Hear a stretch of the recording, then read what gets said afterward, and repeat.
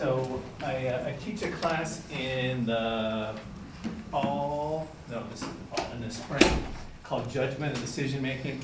And we spend, it's a marketing class, upper division marketing class, and we spend a good amount of time talking about video usually, how to, framing a shot, rule of thirds, and learn about kind of just different terms for filming. It's a skill that marketers, it's good for marketers to have, right? And some people kind of innately have a sense for how to put stuff together.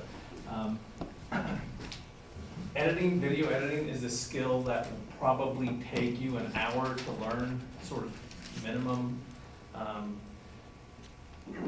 kind of minimal expertise in video editing, but it's a skill that will be useful to have for your whole life. So if you have to spend a little time learning how to edit a video, it's not going to be wasted time.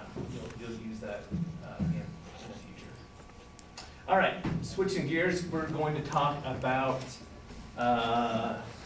self-control, temptation, etc.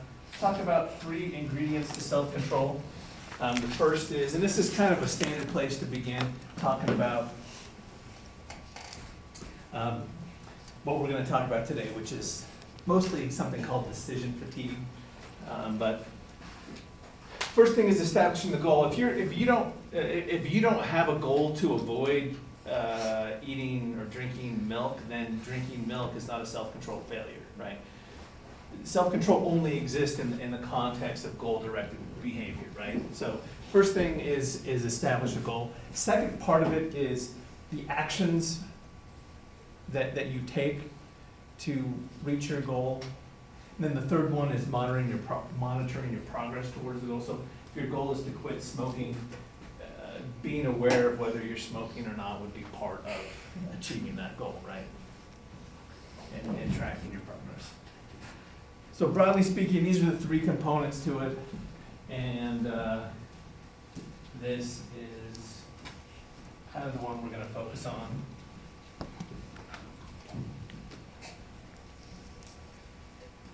The actions.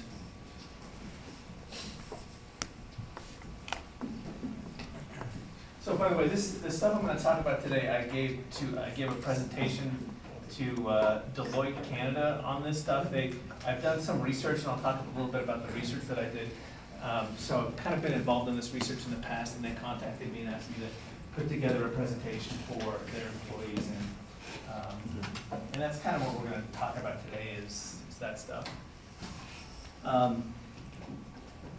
So the term we're going to use in talking about self-control is the limited resource model. What does that sound like? That means limited resource. Scarcity. What's that? Scarcity. Scarcity. Yeah. So, in other words, there's that there's a finite resource that it's not infinite. You talk about your bank account. That's a limited resource. You start withdrawing hundreds. At some point, there's not going to be anything left in your checking account, right? Oil's the same thing. Oil wells can dry up, right? Once you've extracted all the oil, you can be left with none left, right? So the idea that's what I mean by limited resource. We'll come back to that idea. Let's talk about kind of an experiment that called a landmark study. It kind of changed the way people think about self-control. In this study, sort of imagine again 2 groups. This will be the cookie group, actually, because there's a cookie over here. So everybody had a delicious, warm chocolate chip cookie placed in front of them on this side of the room. And say this side of the room is the radish group. And everybody, instead of having a warm chocolate chip cookie, they had a radish in front of them. And the study was supposedly about taste preferences, right? But after the experimenter delivered the warm cookie, and the whole place smelled like chocolate chips and chocolate chip cookies, right? Like they had been freshly baked. the experiment said, oh, you know what, I might have made a mistake, don't eat this, I'll be right back. And then they're left with a cookie, a warm cookie in front of them for several minutes and asked not to eat it. Whereas the radish group, same thing, only it's a radish and not a cookie. And I like radishes as much as the next guy, but it doesn't take the same level of self-control, right, to restrain yourself from eating a radish. So the first step is, right, so half the people then have to exert self-control, the cookie group. The radish group doesn't have to exert self-control. Later on, the experimenter comes in and said, sorry, nobody gets to eat anything. The next step is to unscramble a couple of words. So, Jacob, can you unscramble this one? Mine says, I see though. T-H-O-U. Right on. Right on.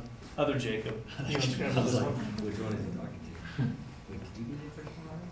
Yeah, I said though. Oh, freak. Avocados.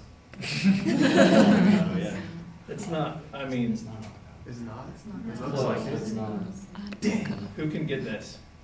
Hint, it's none of you. Is it even a word? Because there's no words to be made out of. Oh. So the question,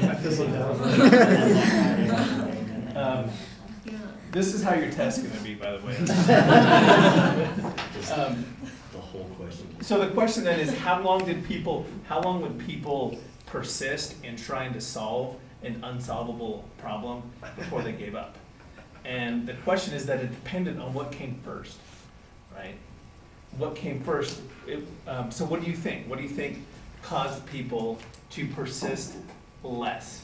The cookie or the radish? The cookie, why? They already exerted too much energy, they're not even. Right? It's the limited resource. That's the idea of this limited resource model is self-control is like money or oil. You can use it up. And that's what they found, that in this study, people who had the cookie, they gave up, or they had the cookie in front of them, they gave up faster on these unsolvable problems than the other group did. The experiment already sucked, so they didn't want to do it anymore.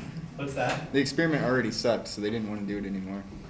Right. So second group, same thing, second different study. You've got the cookie group again. You've got the radish group, and here it's can you retrace this anagram without taking your pencil off the paper and without tracing over anything?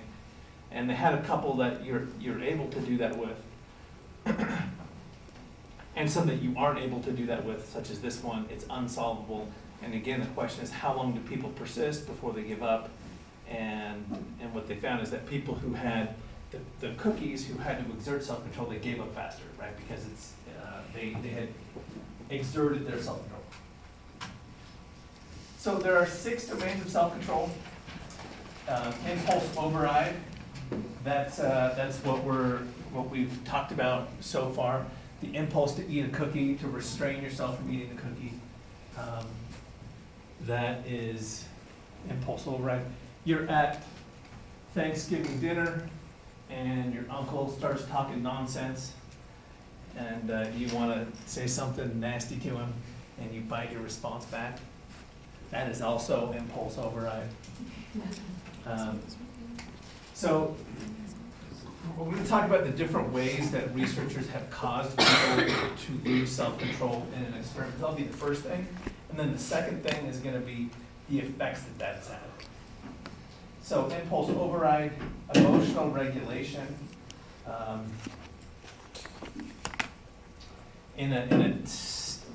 One set of studies, what they did was they showed participants, again, we'll break it into 2 different groups. This group over here, everyone had to watch the same video. It would be like children talking about a parent who died, like the saddest thing you can watch. But you have to watch it and keep your your emotions completely neutral. So you watch this like horribly sad thing, and you're supposed to keep your emotions unchanged and keep your expression unchanged, right? Whereas the other group sees the same thing, only they're not told to restrain their emotions, and they're allowed to sort of, change their facial expression. So this requires more self-control, right? And that's another way, that experimenters have caused people to lose control. Thought suppression, I'll give you an example. I'll take 20 seconds and do this.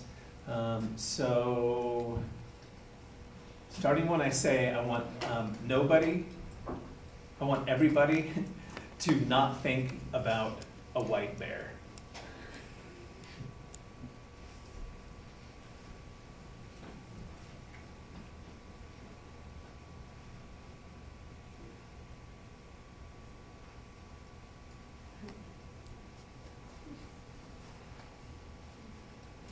All right, that's about 20 seconds. How was that?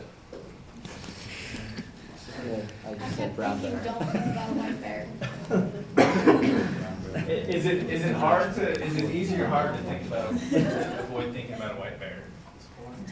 It's horrible. That's thought suppression, right? Where you're trying to prevent yourself from thinking about something. That also causes people to lose their limited self-control resources. This, by the way, is my daughter, and this is the zoo. Kind of cute picture, but they typically use white bears in this experiment for reasons that just out of kind of tradition.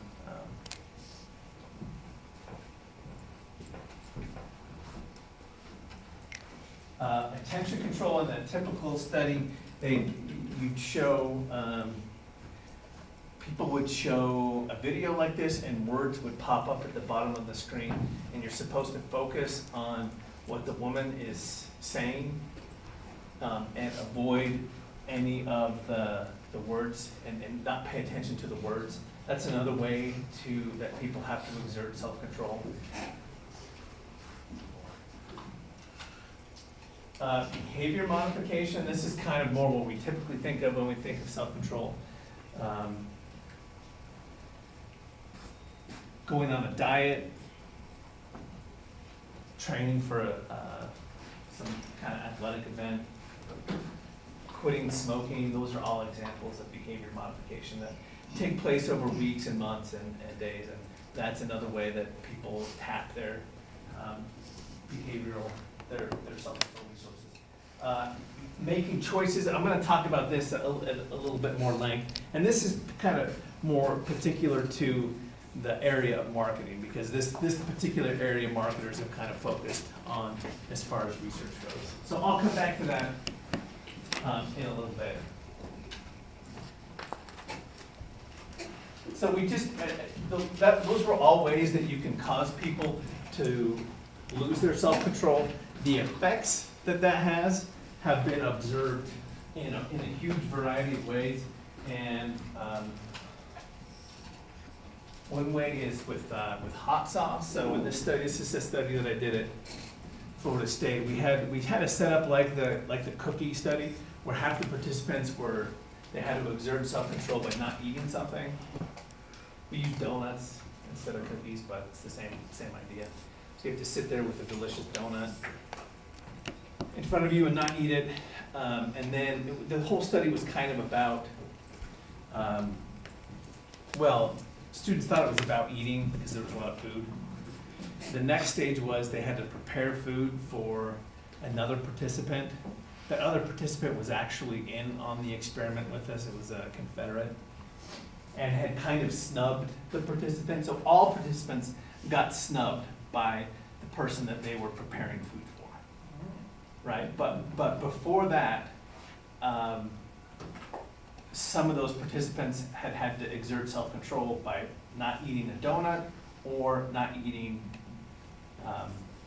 a radish. And so they had to prepare the food, and it was hot sauce. It was super hot sauce. And the question was, what? How much hot sauce would they put on, right? And we had a pretty, what's the word?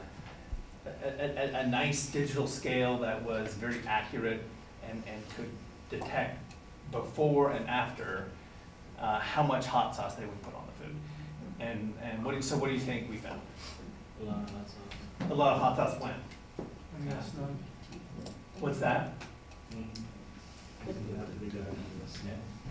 After people they that got didn't snubbed. get to eat the donut. When they didn't eat, right. So the donut participants, they exerted their self-control by not eating the donut.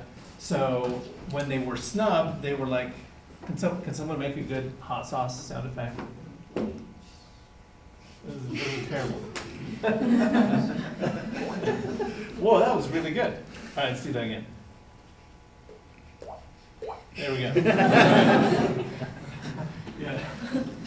That was really good. All right, you understand. Another study, they did, they looked at people's preferences for risks, so they gave them a bunch of financial scenarios, and when people were depleted or their self-controlled resources were depleted, they went for the risky investment, meaning they just probably weren't really thinking through things, right? Their resources were tapped. Different study, they had people hold a hand grip exerciser. They had to pinch it, and then they measured how long you could pinch it. And when people have their self-control resources tapped, and this wasn't with a physical exercise in this study, it was with an intention controls exercise. When people had to control their attention, they were less strong physically, or at least not less strong physically. Their self-control resources were tapped, so they were less able to grip that hand grip for a long time. Actually made them weaker.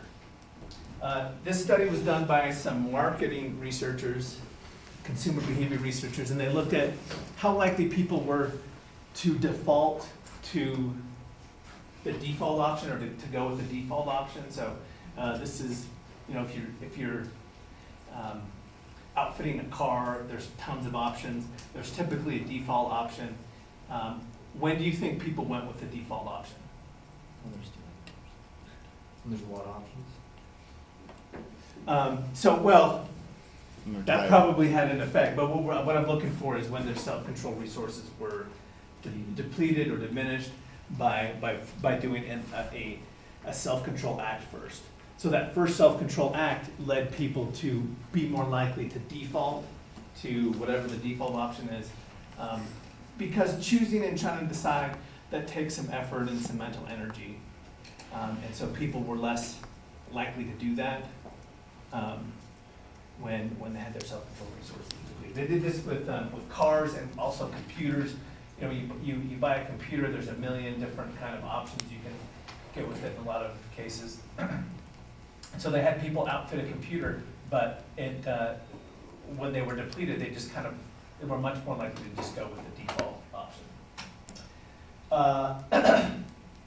Did this study where they looked at alcohol consumption. People drink more alcohol when they have their self-control resources depleted. Florida State, by the way, has an alcohol studies program, one of the few in the country. It might be the only one in the country where you can actually get participants, college students, drunk as part of an experiment. Right? They don't use they don't use your scotch or your whiskey. They use something they call labahol. It's a chemical concoction because it's cheap and they can produce a lot of it. But undergrads aren't good. All right. Exercise. So they found that people were persisted less in duration with exercise. Pardon the pun here, rounding numbers. So they asked people to estimate the price of different things.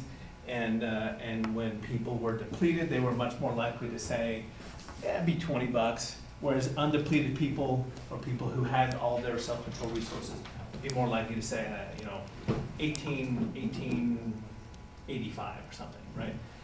It just kind of suggests a little bit less kind of mental or cognitive effort. Yeah. So this one, they found that when women were dieting, they were much more likely to make to to make sexual choices that they later regretted. So somebody explain that. And then in dieting, they were making sexual choices in bed, right? Is that what you said? Yeah. Okay. So explain that using the self-control, the limited resource model.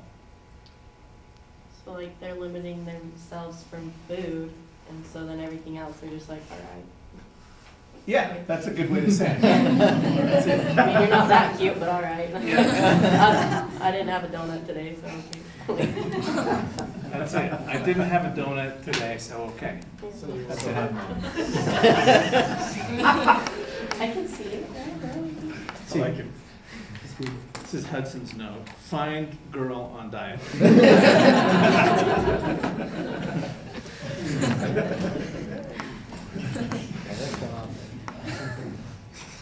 All right, so this is kind of the corner that marketers have kind of focused on, which is decision fatigue or consumer decision fatigue. So what they would do is they would have people, everybody got the same list of products, and we'll have this group defeat a depleted group. We got 2 candles here. It's a, I can't, thank you. Yeah, that's right. These are marshmallows, roasted, we'll say toasted marshmallows and pancakes. Which would you pick? Pancakes. Haley wants the pancakes. Who wants the marshmallows? That's you, Mark. So the point is, that one choice, probably not very effortful, but having to choose between 2 similar products 60 times in a row, that actually does deplete some of your self-control resources, right? Because you've got to do a lot of cognitive mental work to make those decisions. The other group that they compared them to didn't choose, they just rated them. So instead of making a choice, they would say, how desirable is this, 1 to 10. And so you could put, 8 and A, you don't have to choose between them. So the group doing the choosing is actually doing more cognitive work than the other group. And so this group ended up more depleted, and the way they measured that was by giving them a healthy but disgusting beverage and measuring how much they were willing to drink. And so when people, it was usually, I don't know what the drink was, they usually use vinegar in these studies. Vinegar is good for you, not pleasant to drink. And so it would usually be like fruit punch, but instead of like sugar, they'd mix it with vinegar. So it was pretty nasty. And so the people who made the choices drank less of that healthy, unpleasant drink, right? They did the same thing with another group. And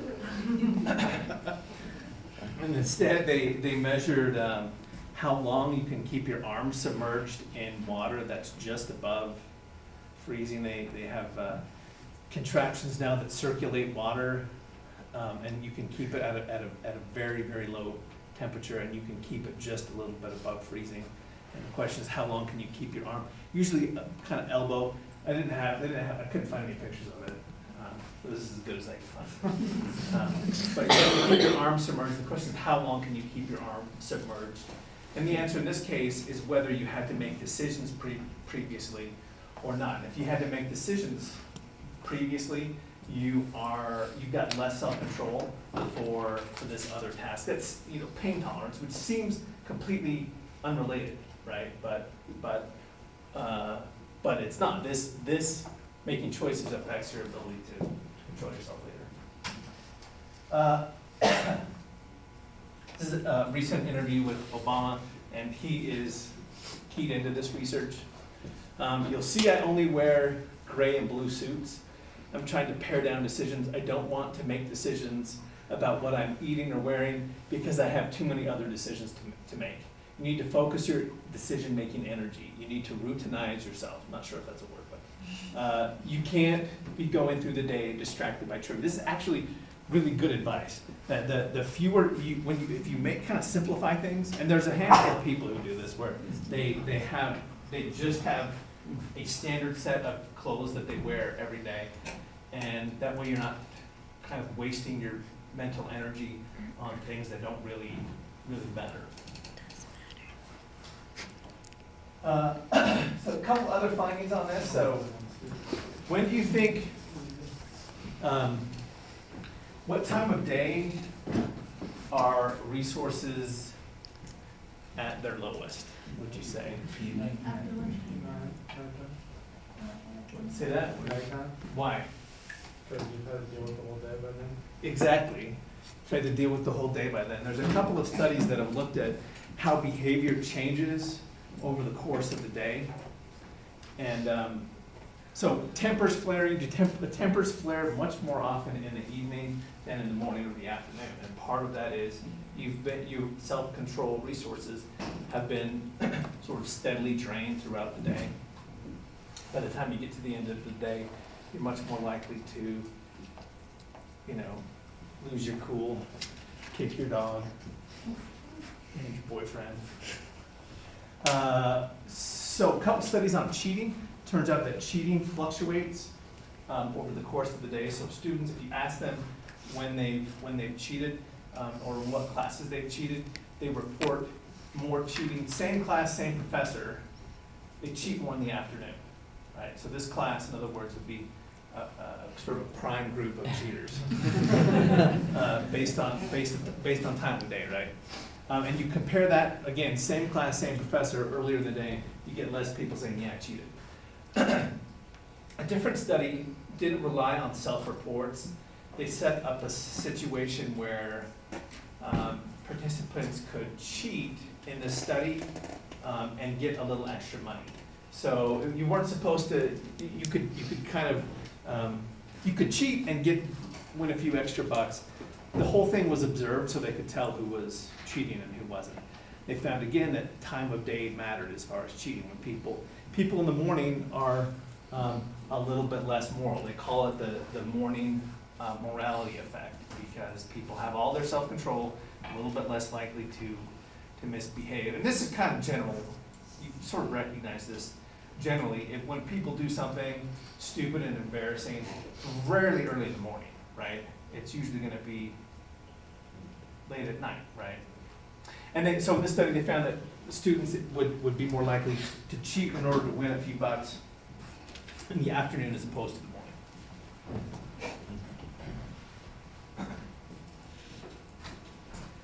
Replenishing resources, a couple ways to do this.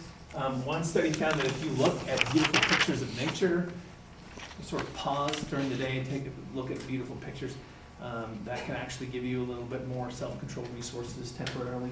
Taking a walk outside, one study found that you sort of go outside and take a stroll, that can replenish self-control resources. One study that I did looked at thinking about the family, and I did this in kind of probably more of a complicated way than I needed to, but I had participants brought photos of loved ones to the lab, and it was we claimed it was part of some kind of a facial structure scan. That's why you had to bring in pictures of family members. That was all crap. We scanned the photos, and then as they were doing math problems, some of them got primed subliminally with pictures of their family. So you can't see it, and I'll talk about priming a little bit later. We'll talk about how that works.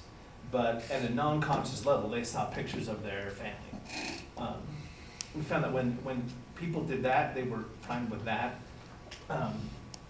It actually persisted longer on the math problems compared to the other group. And then glucose, sugar is another thing that kind of temporarily gives people self-control resources. Any questions about this? Well, my voice is at the end of its limited resources. I'm going to call it here. If you want to talk, so again, if you want to talk about that project for Ethan, you can talk with other people. Group size is maxed out at 3. If I were you and I had a buddy who was good with video, I would talk to that person, get them on board. There's bucks, there's dollars involved, and there's extra credit, so it's worth doing a good job on.